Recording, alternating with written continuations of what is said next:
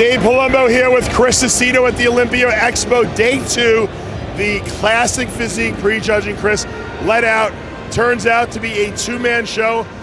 Ramon Dino, Chris Bumstead, let me get your first impression.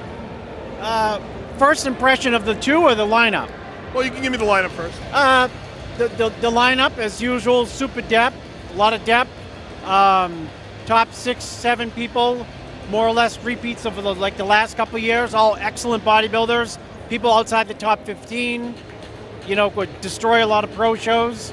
And that, unlike last night prejudging, have to come on that. This lighting is perfect. You can see, what you see is what you get tonight in terms of lighting. These guys are in a lot better shape than the bodybuilders were. I know, I think, of course. They're in, in this division, you can't leave, anything left. There's a weight class.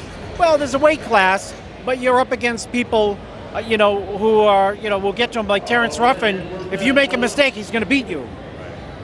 Well, I thought that Urs Kalsinski, Ramon Dino made tremendous improvements from last year. Even Wesley Vissers really impressed me too. Yes, he did. Yeah, they both made improvements. I think the most improved thing of the whole show, I think, is when they called the people out and they turned him from behind and said back double bicep, and Ramon looked like a bodybuilder. What used to be a weakness, that shot he won tonight, hands down.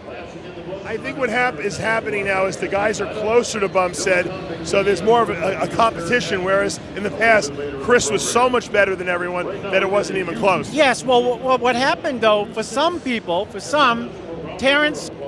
is, from my understanding, he's never been at the weight limit, whereas Terrence has, a little bump in terms of how much he can come up, and he came up in size, and he looked better for it, and Ramon the same thing. He's actually, they gave him 6 pounds more, but he's about 12. I think it was 7 pounds. Yeah. Yes, but he's 233 on stage today. So now you and I have a disagreement. You think that Ramon has taken this prejudging. Tell me why. Because let's start from what we thought we'd get and what we'd get, which is not necessarily, that's not how you would judge a show, but Chris Bumstead was better last year, I felt, and Ramon is better this year. The vulnerability for Ramon, of course, last year was the back double bicep. I don't see Ramon losing that shot at all, including glutes, hams, lower back, mid back, delts, and arms. I think Chris has got I thought Ramon had him in the abs and thighs. He's got better quads. His quads are rounder, and so that really comes down to, there's not many posts here. Chris has got a better side chest. He's got better chest thickness. And so, you have to split the front double, and that might come down to the front double. I thought the level of muscle density and cleaner lines, cleaner condition, that's why I lent to giving the win to Ramon. And the flip side of that is the judges have not decided this show. And the way I know that 100% sure is last year we had 6 or 7 guys, final call out. Okay, Ramon in the middle, next to Chris the entire time, couple call outs to that, take a break from the prejudging. Now we want to see just Chris and Ramon. Here it was a done deal.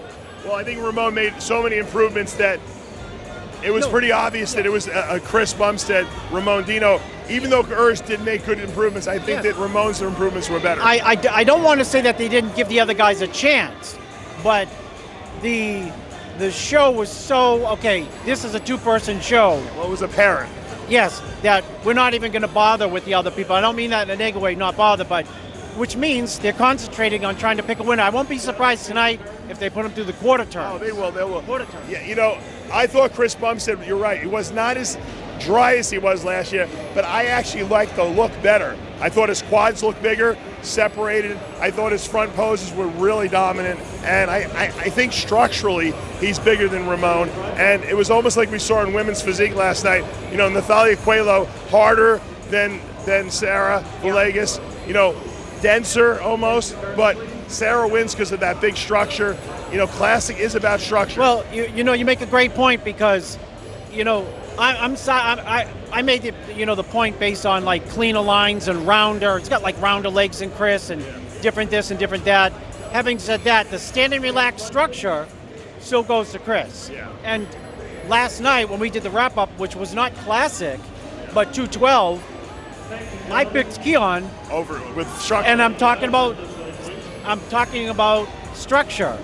So you can easily, just because I pick Ramon, but you can make the argument, and judges can as well, based on starting from not muscularity but classic template, which is structure. Well, you know what it is? Ramon's V-taper is as good as Bumstead's because his waist is smaller, even though he's not as broad. Yeah. So it's like a different silhouette. It's really what you like. Chris seems to be the standard. I think Chris Bumstead will win this, but I agree with Chris. I think they're going to run him through the poses again tonight, and they're going to make him work hard. Yeah, there's other people to talk about, because the division is so impressive that you can't not talk about the other people. Urs, Breon Ansley really improved a lot. Breon Ansley, he's no spring chicken. He's going to beat Rough Diesel. He's going to beat Rough Diesel, and you could make an argument over Urs, because of the back shot close. and the density and the muscle maturity, which goes back to you. Urs has a better structure standing than Breon, but he doesn't beat him necessarily in the poses. Chris has the best structure standing, but I think he loses poses. So wherever if Chris wins, then for sure Urs ends up beating Breon. But Breon, in terms of like back double, side chest, I had him beating Urs on all those shots. But Urs standing relaxed, your eyes go to him. I think the top 7 in this show is so tough that I would not want to be a Classic Physique competitor. Go ahead. Yeah, no, I was going to say, it makes it fun to watch because everyone is in such good shape that you get excited because it's not like you're saying, oh, what did this guy do to mess up? It's like everyone hit it on the nose. Listen, the best part of why this class, people love it, and you can hear the audience as opposed to like the last night's show going crazy, is because I was backstage for like the first time ever for a few minutes with my son, and he saw, not Breon, but Rough Diesel. And he said, Rough Diesel is tiny. And I looked over and I said, wow. In my mind, I was thinking most dangerous guy in the lineup. He's tiny backstage, but he's so put together. He didn't have enough, his oil, he didn't have enough on, and his color, I don't know if he didn't have protein on. His oil actually hurt him because he was really sharp, but it didn't pop.